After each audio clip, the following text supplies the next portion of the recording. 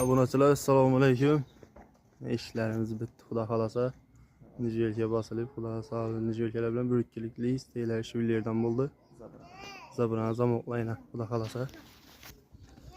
Görüb, like basa verəsilər, xuda xalasa. Konkret oldu xuda xalasa vəclərimiz.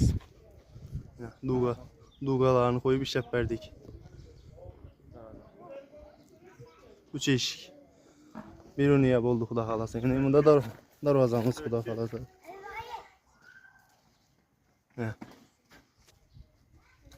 Darvazam yine 290'a 260. Duga koyup işləb verdik buna. Necə ölkələr bilən. Yine 3 tane zamokla xuda xalasa konkret oldu.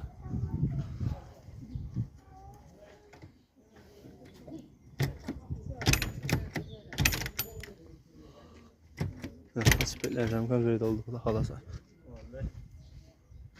Mesela görüp like bas koyarızlar. Müracaat et. Yukarıda telefon numarayla kaldığımız müracaat edersek xuda xalasa. Mesela